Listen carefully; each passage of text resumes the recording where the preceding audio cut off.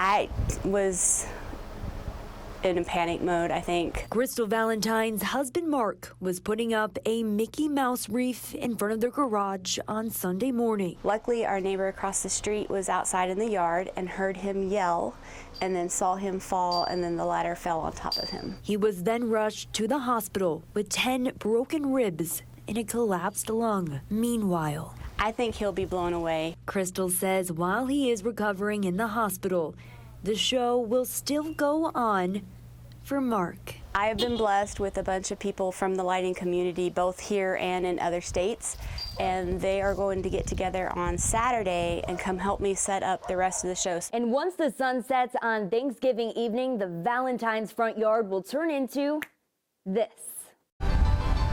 8 years ago, we started it.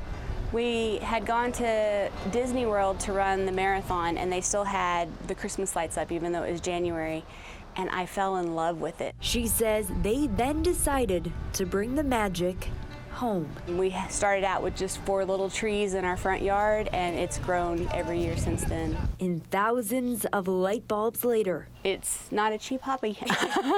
it's an art. It is a full-time job to do this. And while the show has gone on for the past 8 years, It brings me happiness. I love the lights. I love the feeling it gives you, just the spirit of this time of year. the spirit the community will carry on this year for the Valentines. It's just overwhelming and amazing how this community still comes together. We may not be the smallest community anymore, but in a lot of ways we are.